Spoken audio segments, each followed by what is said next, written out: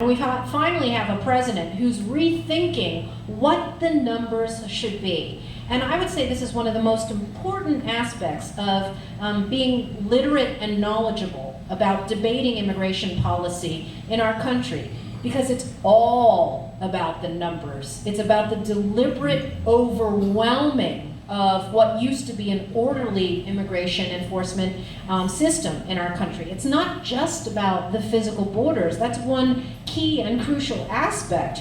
But when you've got all of these legal pipelines, like the refugee resettlement racket, into the country where we have no control. I mean, many of these refugee resettlement locations are in California. Have any of you had a voice or a vote in that matter? No. And it wasn't until President Trump came along that finally he's restoring that sense of local control. But now you can see what the larger Soros leftist big business agenda is. It's about subverting our rights of self-determination and local control. All right. Locally, well, before we get to the topic of what we're going to organize this room to do to push back here in Orange County and from wherever it is you live, let's talk a little bit about what Donald Trump's experience has been in trying to deal with this issue during his first 2 years, because as I seem to recall, one of the blessings of his first 2 years was a Congress that was a majority Congress of Republicans in the Senate and the House. Yet they seemed completely and wholly incapable of addressing his key agenda item, which was getting control of the immigration issue, both national security of our southern border, as well as run us through all the different ways in which people can be brought into this country through our immigration system. Things like the, what family members can be brought in, and the lottery system and the visa system. All of these things that were addressed in what I thought was probably one of the best fixes for this, the Goodlatte bill, addressed shutting down a lot of these. So his experience in dealing with this, did he get a high mark, or how would you grade what he was trying to do? Well, he gets an A+ for effort, of course, because right on. he has had more singular focus on this than any other elected official, and he's up against a heck of a lot. That's the problem. If it was just the radical identity politics, open borders left that he had to contend with, he'd be much farther along than he already is. But the fact of the matter is that we've got open borders, big business, establishment swamp types in the Republican Party who are to blame for the last 20, 25 years of inaction. Paul Ryan? Ghost of John McCain? Yes. Right? And how about those 11 Republican senators a month ago, less than a month ago, who voted against President Trump's emergency declaration at the border? Right? I mean, when you've got those same swamp creatures that are like barnacles stuck, like on the bottom of USS government, there's our problem. That's what he's up against. And, he's got brilliant people within the White House and within the West Wing who have the most comprehensive understanding of what we need to do to really reform the entire system. Stephen Miller, God bless him. Amen. Keep him in your prayers. Keep him in your prayers. And to the extent that there has been focus on the wall, and by the way, we built the wall, right? That organization. Great organization, and it's important to Brian Kolfage and Steve Bannon and my friend Tom Tancredo from Colorado. Yeah. Chris Kobach, by the way, who is running for Senate and deserves everybody's support. One of the architects of the best of the immigration enforcement policies during the Bush era. And what was he fighting against? The amnesty faction of Karl Rove. I mean, this is what we're up against. And then, more largely, of course, an entire bench of judicial outlaws and tyrants across the country. And you know well that it's not just the cuckoos on the Ninth Circuit Court of Appeals. Well, Donald Trump's doing a nice job of reshaping that a little bit. Yes, he is. He absolutely is. That deserves an applause. Yes. There it is. Where's that energy? But you've got these lower court radicals who are issuing these nationwide injunctions every single day against every aspect of what President Trump's trying to do. Stop the revolving door, end the asylum racket, turn off all of these pull factors and magnets, and of course, in the next couple of weeks, the Dreamer issue will be coming before the U.S. Supreme Court. So the entire program, which of course is illegal and unconstitutional, and who has brought these suits? It's the Soros-funded ACLU, the Center for Constitutional Rights of Illegal Aliens, and the Center for Popular Democracy for Illegal Aliens. And these are all outlined, these organizations are all outlined in your book. See how much fun you're going to have over the next couple of weeks? Get out your highlighters and sticky notes. That's right. So, okay, you have been active in getting us the information that we need to both better understand this and to be warriors for the cause as well and go out and do stuff. I gave you guys one example of what you can do. What we're doing out in the Inland Empire is we're giving classes, getting people educated about how to leverage Twitter, because Donald Trump uses that as his primary communication tool to the American people. Do you think he listens to Twitter too? Oh, absolutely. I mean, you see him get in trouble for retweeting really cool people and memes, right? Right. I mean, he is so skilled, the most skilled public figure when it comes to doing jujitsu on social media. So I hear this a lot amongst our circles of people who are like, well, Twitter's the enemy. Facebook is the enemy. I'm not going to give them my information. I'm not going to get involved in those platforms. What would you say to people that say, I'm going to avoid that and do something else? Well, that is the playing field. I mean, that's the water cooler. That is where the battle needs to be engaged. That's why President Trump is there. And I think that's why it's important that he have support troops behind him.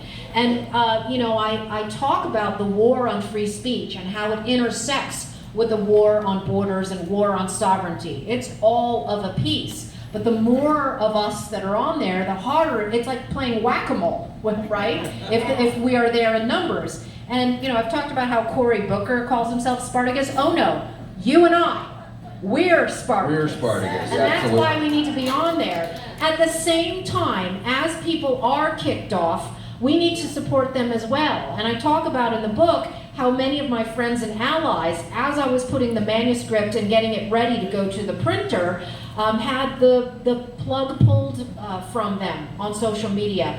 And now some of these figures are suing the SPLC and the Council on American Islamic Relations. People like Laura Loomer, who's running for Congress, and Gavin McInnes, my friend, who has been smeared by the SPLC and CARE. So you have to support them as well. Absolutely. All right, so Twitter is one way, and by now I'm sure that everyone that didn't have a Twitter account at the beginning of the night has one, right? So I hope you're tweeting to Donald Trump, uncancel Michelle Malkin from Mar-a-Lago. And if you're not doing it tonight, and I don't blame you, but tomorrow, open up a Twitter account. Make sure you take those pictures that you took tonight and start doing that. In our communities, besides the digital arena, what should we be doing in order to defend America against this existential threat of immigration, illegal immigration, the machinery of this? What can we do in our communities? So one of the other movements that I expose in the book is the Abolish ICE movement and their alliance with Antifa. And you see these people, they've hijacked public places. Wait, say Antifa again. Antifa. Boo! And you see how they've incited violence, how they've perpetrated violence against American patriots. against independent journalists like my friend Andy No in Portland. You see what happened to him? How many of you saw the video of him that went viral? Good, good. And there has been a vacuum. There has been no pushback against these people who have targeted 20,000 ICE agents and their family. Do we have anyone who works in DHS or knows anybody who works in DHS or ICE in the audience? How about people in law enforcement? We got anyone here? LEOs? Thank you. Thank you for protecting your service. And so one of the things that I have done is I like to practice what I preach. And so as I've gone on the book tour, I've been organizing #StandWithIce rallies. And so the first one that I did was in my adopted home state of Colorado at the Aurora ICE facility, where in July, the American flag was torn down by Antifa and abolished ICE thugs and replaced with a Mexican flag and a defaced Blue Lives Matter flag. And for 2 months, that stood as a symbol of their triumph over patriots, and I couldn't stand it anymore. So on Labor Day, I asked fellow Coloradans to join me, and almost 200 of them did on a holiday to raise the flag instead of burning it and stomping on it. I did the same thing in Montgomery County, Maryland. Yes, we're out there. And let me just say this. One of the things about Michelle that is special, because I kind of cut my teeth on local activism. I was a chapter leader of Act for America out in Corona. Leading by example in the activism arena. There's so many people that are involved in journalism, documenting this stuff, writing about it. What you do is live it, and we appreciate that. You're leading by example, and that's a big deal. So thank you for doing that. I appreciate that. But we can do what you're doing and should be doing it and modeling that in our own communities. Yes, we need boots on the ground. And all of the journalism and the blog posts and the talking on TV and writing these 7 books would be not worth it. There wouldn't be any point to it if people didn't actually use the information to exercise their muscles of patriotism and civic engagement. And I've always been a boots on the ground kind of gal. You know, the easiest thing for me to do on a book tour would just be to sit in a green room and, you know, talk in a TV studio. But, you know, I'm doing this as much for my readers and my followers, but really it's about my family. And it's about setting an example for my own children, who are now 19 and 15. And I really want to show them that they can't be ruled by fear, and they can't allow apathy to overcome them, because my parents taught me that it was a privilege to be in this country. They are legal immigrants from the Philippines. And they led by example, because they lived the American dream and they worked so hard every single day to take as much opportunity as they could to make better lives for themselves and their children. And I have been doing this for a quarter century, but it feels like it's going like that. Because it's such a magical thing to be able to exercise the First Amendment for a living. And I always say with almost a sense of disbelief, I can't believe that a little brown girl can run her mouth for a living and put food on the table only in America. Right?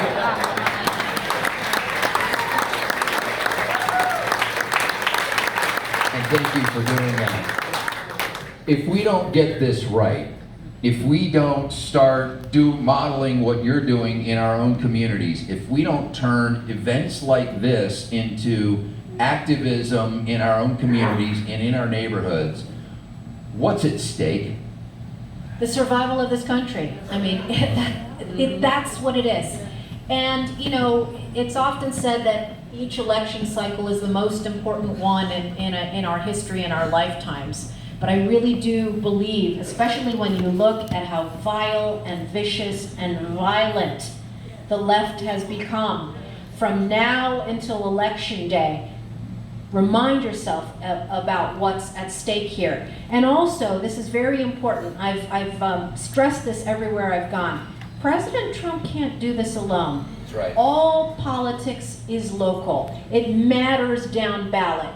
And you know, we've got this impeachment palooza in DC now. Well, we've got tools too. How about impeaching open borders judges, right? You've got recall efforts here of your sanctuary open borders governor, what did you call him, Gruesome? Gavin Gruesome, yes. I love it. Newsom. Yes, and you mentioned judges. Just want to make sure I give a plug for a local person, Craig Huey, who every year gives us a list of conservative faith-based judges to vote for. Craig Huey, Huey. Look him up and make sure you support his organization and get his list of conservative judges to be installing in local judgeships. Fantastic. So, if we get this wrong, everything's at stake. I often start my talks by saying that, and I'm interested in your opinion on this, my personal belief, 8 hours a day of studying this and prepping for the radio, I believe the Republic is lost. We're just waiting for the headline to be written and the epithet to be because when you look at media's gone, academia's gone, entertainment is gone, the bureaucracies, we're seeing what Donald Trump is dealing with, it's all gone. And I think that what we need to do is have an appreciation for this moment in time. We can no longer do what we've always done.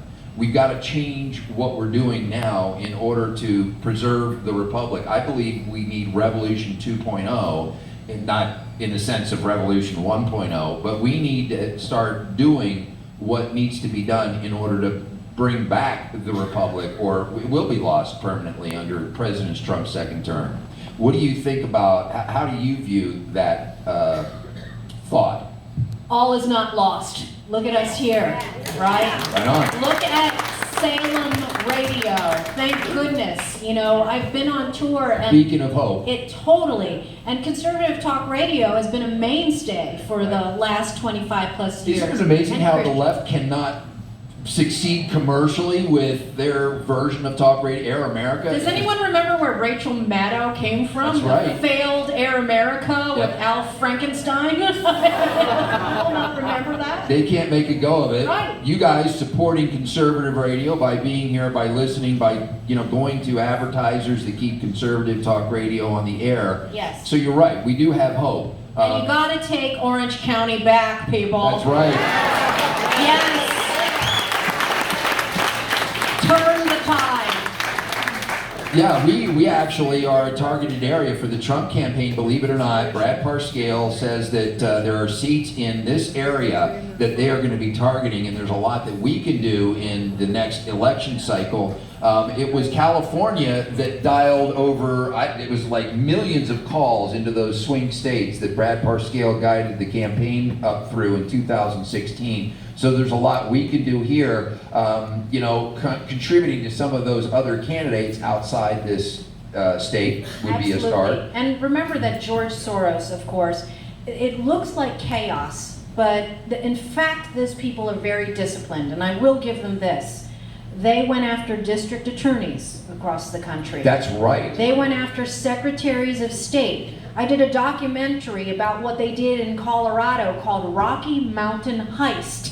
We have this cuckoo of a governor, Jared Polis, another sanctuary outlaw, who concocted a plan and they executed it and they turned the state legislature. There are so many red areas that were surrendered, ceded to the left by people who weren't paying attention. And the reason why it's important that I wrote the book that I did is because that is part of the plan. You look at the numbers, you look at the fact that the percent of congressional districts with above average foreign populations that went Democrat is nearly 90%, 90. And the trend is very frightening because by 2045, America is projected to be a majority-minority nation.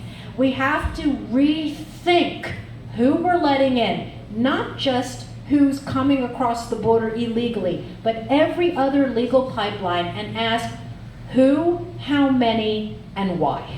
Liberty and freedom are at stake here. We talked the other night about the Statue of Liberty. You had some interesting points to make about the Statue of Liberty. Share those with our audience tonight. So you hear Nancy Pelosi and Jim Acosta and Ana Navarro Oh! and Alexandria Open Bordes all invoke the Statue of Liberty as if it was written by the founding fathers, when in fact Emma Lazarus's poem was an afterthought attached to the Statue of Liberty 17 years after it was unveiled. Well, one thing that people don't remember is that on the Statue of Liberty there is a motto, and it says that America is liberty enlightening the world. And of course that is what Ronald Reagan alluded to when he talked about America serving as a shining city on a hill. It does not say, as I try to remind my Open Borders Inc. propagandist friends, or not friends, frenemies, it does not say liberty absorbing the entire world, and it does not say liberty resettling the entire world. The preamble to the Constitution obligates our federal government to secure the blessings of liberty to ourselves and our posterity. And nobody put it better about how important sovereignty is to the survival of our country than President Trump did in the most extraordinary speech he has given that has been, I think, too little paid attention to. The speech he gave at the United Nations. How many of you heard it? Yep.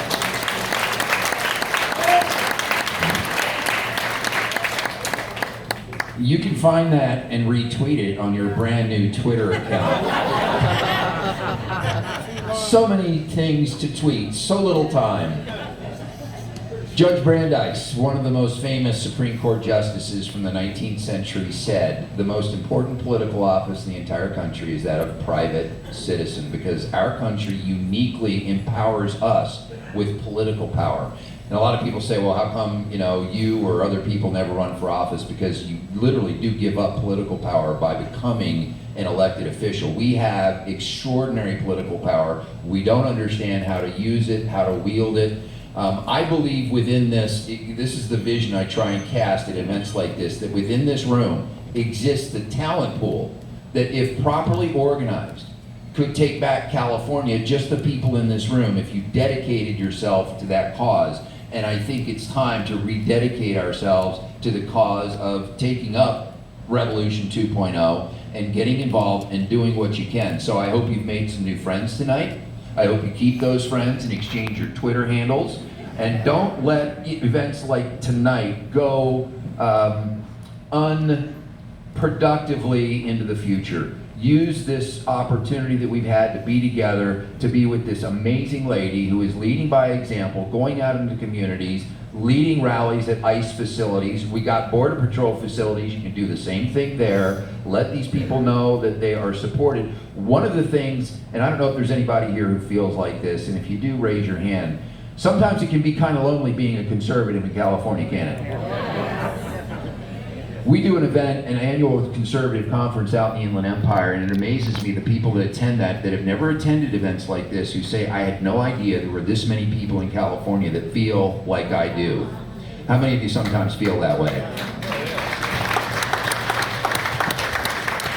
There's a lot of us, but one thing that the election of 2008, Barack Obama taught me is that we need to be better organized. What can we do in our communities? What can these folks do from tonight to begin to organize, to take advantage of what you've laid out here and implement it in our communities? What would you suggest? Exchange emails and there you go. Form a network. And I joke that I've become a community organizer for America. That's right. And you see that anti-American brat pack out there Ilan Omar and Rashida and all the rest of them. And that grievance mongering and that sense of entitlement, we need to push back against that. I always take as my model Ronald Reagan because he was the ultimate happy warrior. And that's the face that we have to put on our movement. I'm proud to be an American. I'm proud of the privilege. If those of you who have college students, you hear this all the time. Privilege is like a pejorative word to people. And I always say, the problem isn't that we should apologize for it. The problem is that we should be grateful for it. Amen. All right. Let's prove how grateful we are and get busy in Orange County and take back Orange County because Orange County deserves to be red. Yeah. Give this lady a big hand. The fun continues. We're going to be doing a book signing right now. You've all got the book. Michelle's got her army of